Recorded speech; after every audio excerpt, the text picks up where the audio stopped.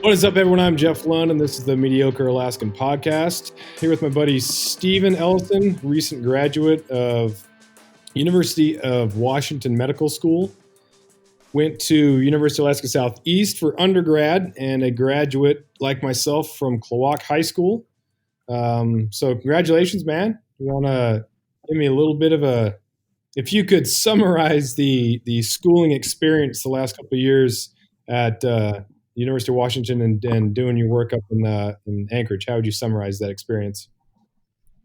Yeah, well, first off, thank you. Thanks for having me. It's been pretty brutal at times, but overall enjoyable. I've learned a ton. I think I've memorized more facts than I thought possible. But yeah, no, it's been good. I'm super thankful to have been able to do it here in Anchorage versus basically anywhere else that there's a medical school. Yeah, I'm happy to be kind of moving on to the next step now. At what point did you know you wanted to go into medicine? Because you were biology and math, right, for undergrad? Yeah, I ended up getting mainly was going after my mathematics degree, and then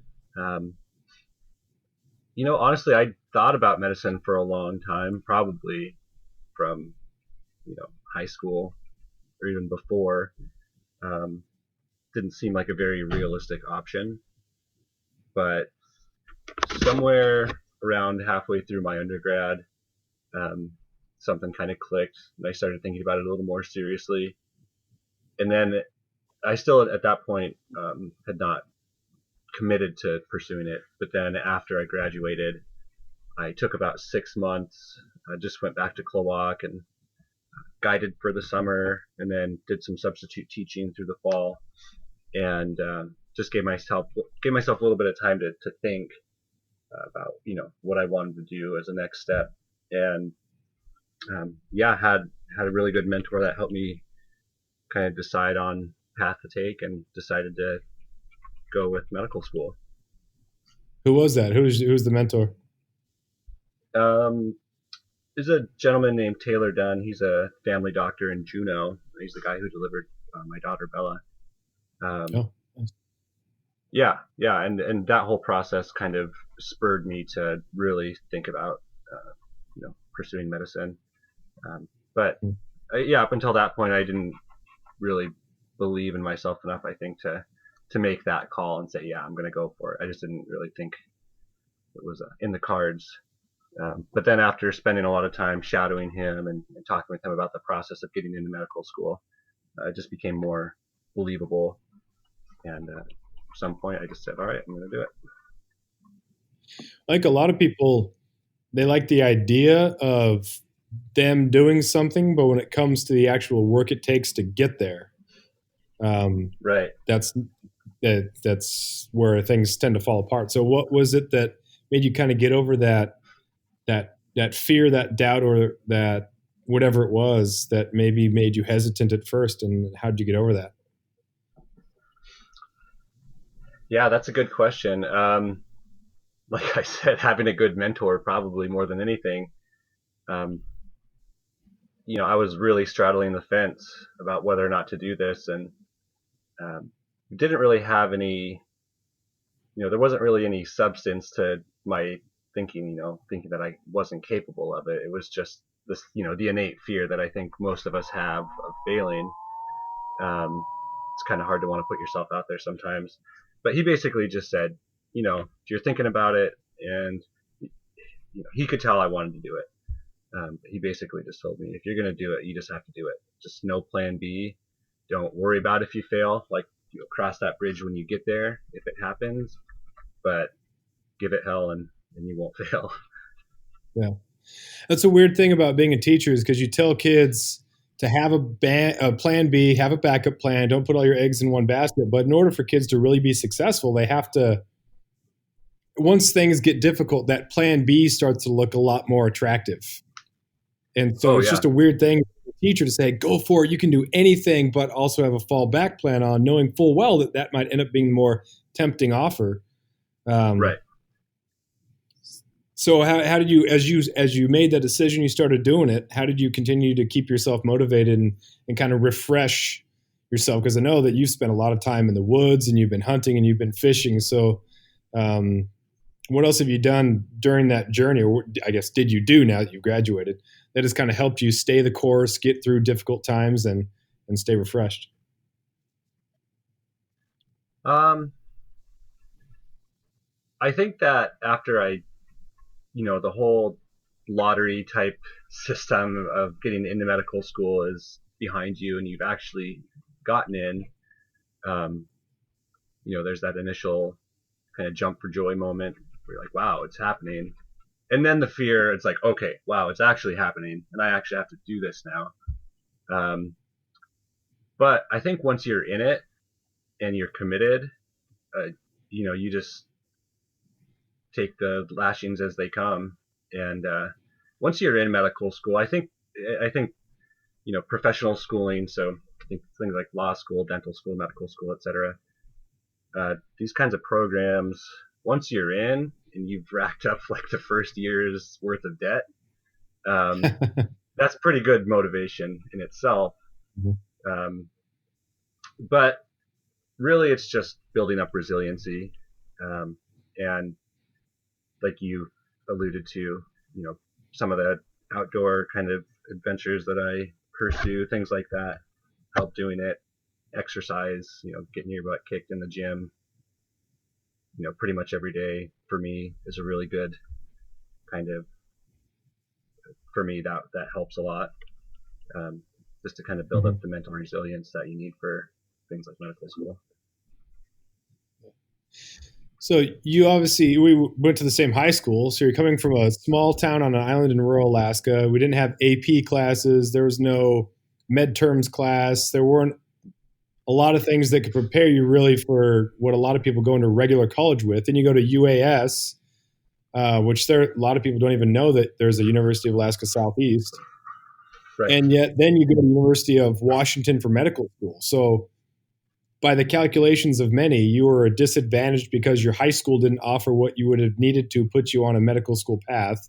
You go to a smaller college system, and then you end up at University of Washington. So how does that happen?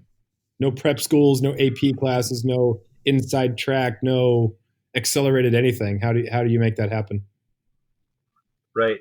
Um, yeah. To be honest, when I got to college, I struggled really pretty badly for the first year or two. My grades definitely were not on par with what they needed to be to get into medical school. Um, I had my daughter, um, young, very young, early 20s, uh, about halfway through my undergraduate degree, and for whatever reason, that in itself is a totally intangible thing. You can't. I would never tell somebody, "Oh, go have a child." It'll really motivate the hell out of you.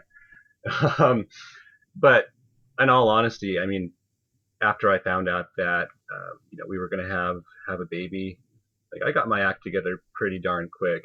I think I realized that okay, um, it's really on me now to make this happen, and if I'm going to be in school, I need to really be on top of it and give myself as many options as I can moving forward to be successful and be able to support a family. Mhm. What about the supportive home? Because someone may have misinterpreted what I just said about hometown and think, oh, you didn't think you had any opportunities in the hometown or the hometown wasn't good. But talk a little bit about how supportive Klawock can be as well, because as graduates, we're all acclaimed. And Yeah, it's you go back there. Whenever I go back, people say, welcome home, and people are just, you can't help but you don't think about the support necessarily all the time that you're out in the world at college or wherever, but you do know it's there, and I think it makes a difference. So, um, can you talk about not just the family support from home, but also Klawock being a great place to grow up and not at all put us at a disadvantage? Really? yeah. No, honestly, I could see myself going back and doing a number of jobs in Klawock and being a very happy person. Um, I had a great guiding gig that I did during the summers. There's, if you're willing to work, there's definitely work to be had there. The community is very supportive. Yeah, you pretty much hit the nail on the head. I mean, it's I always knew in the back of my mind Cloac is there, right? So when I was out in undergrad or whatever, and things were hard, and you hit those rough patches where you're like, man, I don't know if I want to keep doing this. Um, Cloac was always, and I don't mean this in a bad way, but Cloac was always my plan B. It's just always there, and I can go home and I can make a living, be with people that love me and care about me, and do all the stuff that I like to do. Uh, Meanwhile, I just had this, personal itch or whatever to pursue something else and then go back. Mm-hmm. But I always knew Cloac was there, and having that in the back of my mind was always really comforting, even when the people from home aren't there physically. Just to know that I could get a plane ticket and go to Cloac tomorrow and be catching steelhead by noon, and Yeah. you know what I mean, eating Yeah. dinner at my grandma's house. So yeah, that's always been really comforting to me. Yeah. I've talked to like I tell my students about going home on your own terms or in whatever you're doing on your own terms. So if you do want to end up back in Cloac, or now I teach in Ketchikan, if you want to come back to Ketchikan, then do so on your own terms. Yeah, Don't be either forced to stay or forced to come back. If you want to go out and get some training and come back, even if you want to own a business, right? Maybe yeah, go out, take some classes or something, then come back and open it so that you're not forced to stay here and resent it. That way you can live the best part of it, because the best parts of Cloac or the island are great. The best parts right. of Ketchikan are great too. But you can be in the same spot and live a totally different lifestyle because of just the situation is different. Absolutely. And I mean, honestly, people can probably get this in a number of different ways. You and I chose to go to college, but you touched on, other types of training. People can go to vocational schools, go to flight school, etc. All these different things that you could potentially do. But I think that it's just important for young people to have to bet on themselves and get through something. Um, because in all honesty, life, at least for me, through high school was an absolute breeze. Um, in hindsight, looking back, getting through college and stuff, high school was like, oh, okay, well, this is kind of like playtime. Um, to get out and kind of get, knocked on your butt and have to drag yourself, out of those situations. For me, you know, over the years, like I've just become much more self-assured, much more confident in my ability to get through difficult times, and to be able to achieve my goals. Mm-hmm.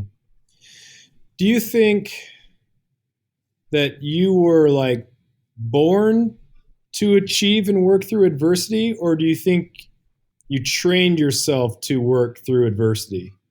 It's kind of that the fatalistic question: how much control do you have over stuff? And it's a weird philosophical question. But do you think that's something that you were born with, or that you kind of learned to have, or is it like a half and half, or what do you think?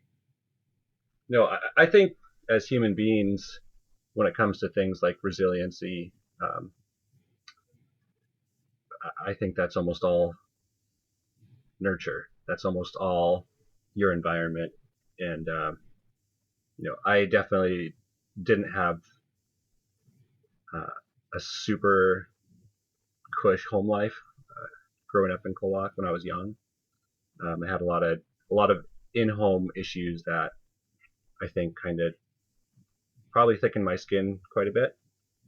Um, and I honestly I attribute being able to get through a lot of stuff to just my experiences as a kid. How important is it to have that release, that steelhead fishing, that something else, so that your life isn't totally revolved around your work or around your education? I had a couple kids that were coming back and they visited to me today. It's the last day of school. They came back and visited, and We're talking about how some kids' total identity was in their grades. And if the grades weren't good, then their self-worth was just crazily impacted. So how important is it to have something else as a buffer, and then also as to keep your quality of life? Because I know you moose hunt on the weekends, you're weekend warrioring sheep hunt, which is crazy. How important is that to your sanity? It's huge. I think that your own well-being. Like I can't put enough emphasis on taking care of yourself, and I think especially if you work in a or volunteer in some kind of service, community service. So like you as a teacher, me practicing medicine here, um, you're giving a lot of yourself to other people, and there's a lot of demand on you. Um, so I think being able to go out, do those things that make me feel happy inside, make me feel fulfilled in ways that work never could. I come to work, um, ready to give as much of myself as I can to my patients, and to make sure that I do a good job. And I mean, there's a lot of jobs, have a high burnout rate, but I think that you know, medicine is notoriously high for people burning out, and I think that is exactly what you said. People become fixated on you know on what it is that they do for work, and it becomes their identity, and they spend a lot of their free time, or all their free time, um, spinning their wheels. And at some point, you just get such a diminished return on your investment. And I know for me a lot when I was in the thick of studying for boards, etc. Just a hour trip to the gym or a quick hike or something. I mean, it's such a good reset for me. After years of fine print contracts and getting ripped off by big wireless providers, if we've learned anything, it's that there's always a catch. So when I first heard that Mint Mobile offers premium wireless starting at just $15 a month, I thought, what's the catch? But after talking to them and using their service, it all made sense. There isn't one. Mint Mobile's secret sauce is that they're the first company to sell wireless service online only. They cut out the cost of retail stores and pass those sweet savings directly to you. For anyone who hates their phone bill, Mint Mobile offers premium wireless for just $15 a month. I was hesitant about having to get a new phone and a new phone number, but with Mint, you can use your own phone with any Mint Mobile plan and keep your same phone and your same phone number along with all of your existing contacts. Mint Mobile gives you the best rate whether you're buying for one or for a family, and at Mint, families start at 2 lines. All plans come with unlimited talk and text plus high-speed data delivered on the nation's largest 5G network. Switch to Mint Mobile and get premium wireless service starting at just $15 a month. To get your new wireless plan for just $15 a month and to get the plan shipped to your door for free, go to mintmobile.com/waypoint. That is mintmobile.com/waypoint. Cut your wireless bill to $15 a month at mintmobile.com/waypoint. Mm-hmm. Have there been some things that when you're going through the medical process that you learned either about ways you can take care of yourself better or some just general advice that you could give like people? Like if we all just did this, then it would make everybody's job easier and would be a lot healthier. There were some things that became more clear as you were going through the process. I think for me, if I could tell people to do one thing, it would be to, I mean, okay, this is going to be a giant blanket statement, but um, attend to your physical health. And I think that, that encompasses sleep and diet and exercise. And it doesn't all have to be perfect, but if you're not sleeping and you're eating junk, and this is from just speaking from my experience, like studying for the first set of board exams in medical school was literally one of the darkest times of my life. I sat at a desk for 16 hours a day in the middle of winter here in Alaska. Yeah. Could not get out to ski, couldn't do this or that, just drove myself crazy. Was not sleeping well. My sleep schedule got super jacked. But I think that there's so much value in, having a regular sleep schedule and taking care of yourself. Just make yourself feel good, um, by exercising and dieting. And, in terms of, if you look at people's mental health, it's been shown that exercise alone is just as effective as our first line medications for anxiety and depression. I think that in itself speaks volumes about how important it is for people. If you just take care of yourself, your physical health is going to be better. Your mental health is going to be much better. You're going to feel better in general. Mm-hmm. I've been reading a lot of personal development, not your self-help Joel Osteen type stuff, but just the very interesting the mental health aspect and how important it is, not only just with exercise, but to feel great too, and also the food part, like the food you eat impacting your mood, and health starting with the gut. It kind of made sense, but I didn't. It made more sense after I was reading it than at the time, which was crazy. But that dieting part and having a eating or having a diet that you don't resent. If you try to just take yourself away from eating all bad foods, then you're going to resent the diet and you're going to fail when you're doing it. Right. So just the approach of, not having to wait for doctors' orders until dire straits. Say, you know what? I feel better when I don't have fast food. Yeah. I feel better when I have less sugar. So you just cut that stuff out and then exercise. Like, well, this is, you don't have to be a hardcore follower or have a degree in medicine to just do those things. And I was amazed at just how much control I have over my mental and physical health. Yeah, absolutely. And it's a tumbleweed, right? Like there's little bits from here and there that come together to make you feel well.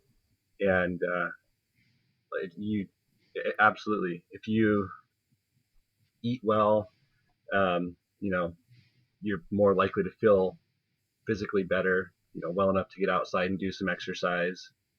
And those things just, after you've done it for a little while, force yourself to do it for a while, stick to it, make those things habit. Yeah, it's profound. It's huge. And, you mentioned, unfortunately, the way that it happens often in our society is that, yes, people let it go, and then, they wait for that wake up call when they find themselves in the hospital, to start making differences. Mm-hmm. And once you're there, it's a lot harder to make difference. It's a lot hard to make those big lifestyle changes once you're really unhealthy and your knees hurt too bad to, get on the treadmill, etc., or you're too short of breath to walk up the hill. Then you're really in a hard spot.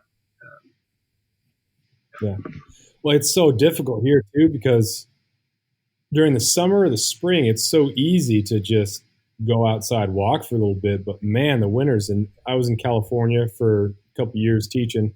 When I moved back to Ketchikan, it's dark, man. You really have to put a conscious effort to move the body. There were a couple of times when, if I left as soon as my contract was up, I got home in time enough to like shoot my bow twice. Right. And then it was too dark to shoot. And I thought, well, if I don't go for a walk with a headlamp on, it's going to be in the dark. And it's radio. It doesn't, there's a lot of forces working against, but man, it was tough. And it is tough. Even, now that I've been back here 5 years, it's still, there are mornings where and evenings where it's dark and you're like, you know what? Oof, it's not easy. No, absolutely not. Not easy at all. I think especially in Southeast Alaska, here in Anchorage during the winter time, it's much easier for me to get out and do some backcountry skiing and things like that. And Anchorage is great because all that stuff is very accessible. Really great trail systems, but it's not rainy, windy. As long as you have a warm jacket and gloves, you're fine. But I can Mm-hmm. appreciate I can appreciate the struggle in Southeast. It's definitely tough. And I not everybody loves going to the gym. Um, I've learned to love it, and I started just this last year. I started learning the Olympic weightlifting lifts, so the snatch and the clean and Mm-hmm. jerk, and did a competition here a few months back, and I'm certainly not at the top of my weight. I got smoked by guys that I look stronger than, you know, but Mm-hmm. it's just this, like, now I have this goal, and it's not just to go to the gym and exercise for 45 minutes begrudgingly. Like, I'm going there because next year, or next month is the next competition, if I have time to do it. Like, I want to do better than I did last time. I want to improve. Mm-hmm. I want to get stronger, more athletic, and for me, that has changed my mindset a lot about going to the gym. Now it's like, all right, like, you're not going to get stronger. You're not going to be able to, clean 300 pounds if you don't go to the gym a lot and front squat and do all this stuff. It's not going to happen by Yeah. itself. Yeah. I was, we take back just a little bit there. I went up to Fairbanks a couple of years ago when I was coaching girls basketball, and it was, negative 19, Yeah. and we'd left Ketchikan, and it was 37 and rainy. And I thought, man, this is terrible. It's cold, but at least you can see the sun. I thought, oh man, it's way warmer in Ketchikan, but because it's rainy and gray, I can see how people maybe might be able to deal with less sunlight or less daylight, but at least you can see the sun. There's a big psychological thing that goes into that. Oh yeah. Um, Well, and as far as the fitness thing too, like seeing that improvement, when you're better at stuff and you go up a mountain, you don't get smoked. We went up that first time, you and I went up those mountains, I was fine. Second time when you took us up the straight side, I was smoked, man. I was hurting. I thought, man, I need to get in better shape here. yeah, that was brutal. But yeah, you have to respond to it. There's the adversity, and you got to figure out a way to make it happen, rather than I'm just not going to go up that mountain again, or I'm never going to go hunting with Stephen again. Right. It's there has to be some level of competition. Otherwise, you're going to end up, and it's difficult. You're going to back away from. Right. Yeah, and it's kind of just a funny little saying. I don't remember where I heard it, but it just the saying is embrace the suck. Yeah. If you just recognize that, okay, I'm in a pretty crummy spot right now, but if I just keep inching forward, like, it's gonna end, right? We're gonna get up to the Alpine, and we're gonna see some deer. It's gonna be great. We're gonna laugh about it tonight when we're in the tent, stoked about what we're getting up and stalking deer in the morning. And obviously that's a very short-term thing, but you can apply that to long-term things as well, like medical school or whatever it is, digging yourself out of credit card debt. Okay, time to tighten the belt and, embrace the suck for a little bit, really start enjoying the rice and beans, and, you'll climb out of it, you'll figure it out, and at some point it's going to be very worth it. Yeah. I've been talking a lot about, living quotes, and it's easiest for intellectually to understand quotes. And embrace the suck. That means when it's difficult, you just power through. But it's different when you've lived those things. Oh yeah. And you're like, okay, this is exactly what it means for me. And so it becomes real. It becomes something different than what you Googled or that you shared or that you liked on social media. Right. And, being around other people who've shared that with you, that's a huge community.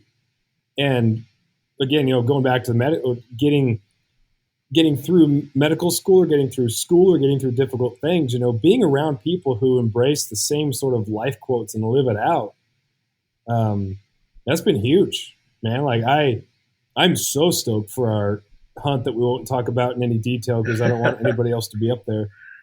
But, like it's so important going forward. And if there are younger people listening, man, it's that's so unbelievably important to have people that you don't even like. I don't. You and I weren't competitive at all, but that like-minded approach to getting through things and living the same sort of rallying cry, man, that's so important in all aspects of life.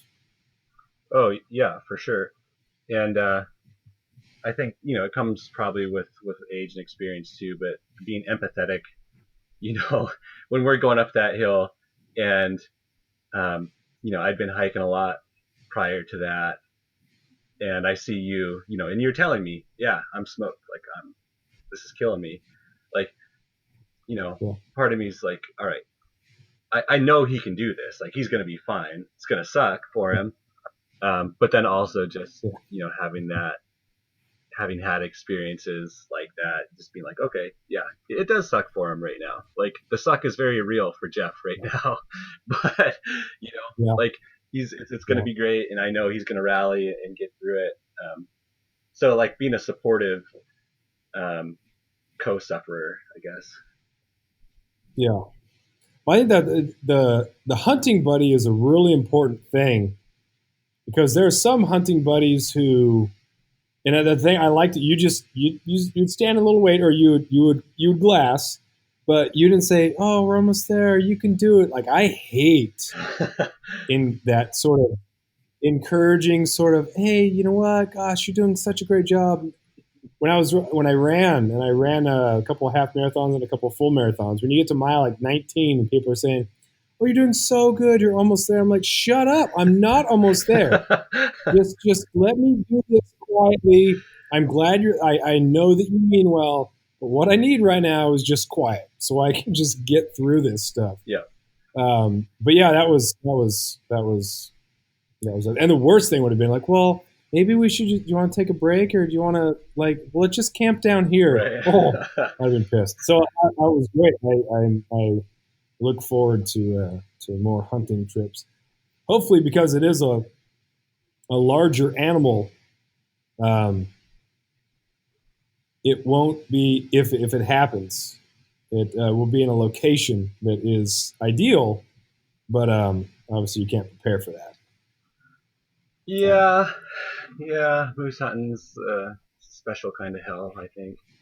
Um, Yeah. the first moose that we got was right on the side of the river.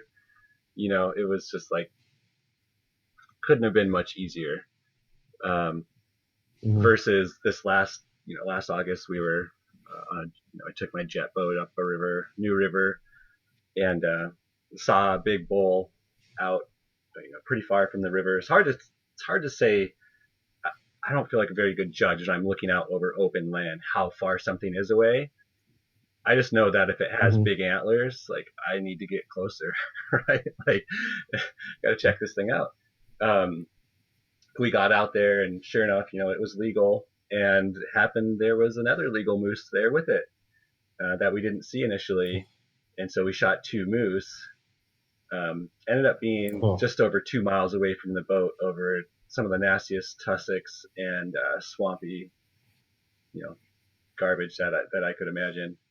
Um, and I, yeah, I definitely worked myself pretty dang hard during that one. But yeah, that's yeah. that's kind of unpredictable.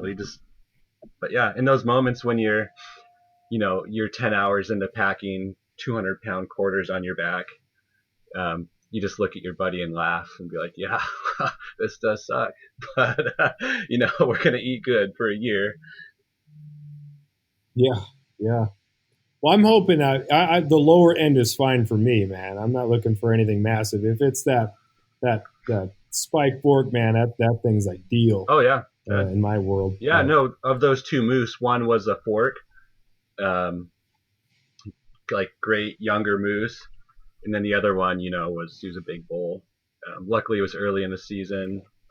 Wasn't rutting super hard, so the meat was great still. But Yeah. What's your food situation? I know that first hunt that we went on, and you had a vacuum sealed, was it egg sandwich or something like that? Yeah. And I was dipping into, I think I made like a peanut butter and jelly sandwich, and you come out with that. I'm like, oh man, when you're up on the mountain, grease, egg yolk, you know, fat. That is exactly what you want. You don't want peanut butter and jelly. That thing looks so good. What's your up there hunting eating program? So I've become much more kind of scientific about that. That was a fluke. That was just I was running out the door, and my dad was like, "Here, take this." I was like, "What the heck is this?" It just looked like a yellow mess Really? and looked like mashed potatoes in Yeah. a bag. But I've gotten much more dialed, especially after being on a few sheep hunts now, where weight is everything. So I'm really just concerned about um, how much bang for my buck am I going to get out of any one food item? Is it worth bringing this? How much is it going to weigh me down? So for me, every night I budget myself. I bring one mountain house for myself per night, and that's not the single serving. That's like the 3 serving pack or whatever. So Yeah, big guy. one big meal at night, and then I pack however long my hunt is. If it's 7 days, I pack 7-gallon Ziplocs, and in each one of those bags, I budget my food for every day, and most of it is actually just quick carbs or fat. Um, I there's no excuse me, for me if I'm packing a giant moose quarter or 80-pound backpack with all my gear in it, if I hit the wall, I need sugar. Um, Yeah. Jerky's not going to cut it for me at that point. Like it's not like I need No. caffeine and I need sugar, and so I pack Snickers and Starburst, um, things that don't take up a lot of space, that aren't super heavy, but give me a lot of bang for my buck in the short term, and then just to get me over those little humps, and then the rest of my bag is going to be filled up with um, other more longer lasting carbs, fats, proteins. Um, but like half of my bag is just junk, just candy basically, or things Yeah. like I really like Starburst because the Starburst, it, you're not going to eat the whole pack. If you bring like Skittles or something, the temptation to just open it up and pour it down is there. right. Where the Starburst is, okay, I'll allow myself 2 Starbursts. It takes more time, and you kind of ease into it. So I'm a big fan of Starburst. Oh, for sure. Um, I try to do it while I'm hiking. I try to make a mental note to eat when I'm covering ground, because then I can't. It's pretty hard to eat an entire king size Snickers like in one go if I'm like getting slapped in the face by Devil's Club or something. I'm gonna reach in, I'm gonna take a big bite, Yeah. and I'm just gonna go right back in the pocket. And maybe later when I'm glassing, I feel it again. I'm like, oh yeah, there's my Snickers, and I'll have some more. Um, Mhm. but yeah, that's the quick sugar, like dried mangoes. Um, for me, Yeah. like that's a great one. I so look forward to having like dried mangoes when I'm getting smoked on the mountain. How much of that stuff do you eat outside of camping? Like sugar and, well, candy does not sound really good to me unless I'm out fishing, hiking, or hunting. Yeah, none. That's like the only time that I like crave or that Starburst is so good. Like Pop Tarts. For some reason, Pop Tarts are so good up on the mountain. And they'll just be totally crumbled by the time they get up there. Yeah, But absolutely. on shorter hunts, I just love Pop Tarts. I don't even, they, right now, sitting here, they sound like the worst thing in the world. But there's something about that mass produced, not very good pastry that is exactly what I want on a mountain. Yeah, absolutely. So, do It's an you eat any interesting. of that stuff outside of the mountain? No. Oh heck no.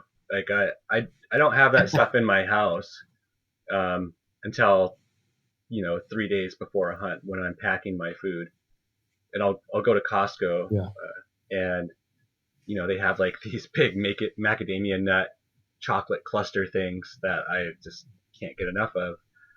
If those were in the house, those would be, no chance they'd survive. That is like the one junk food that I could make a really bad habit with. But everything else, I've never had much of a sweet tooth. So I definitely don't seek that stuff out. Yeah. Good.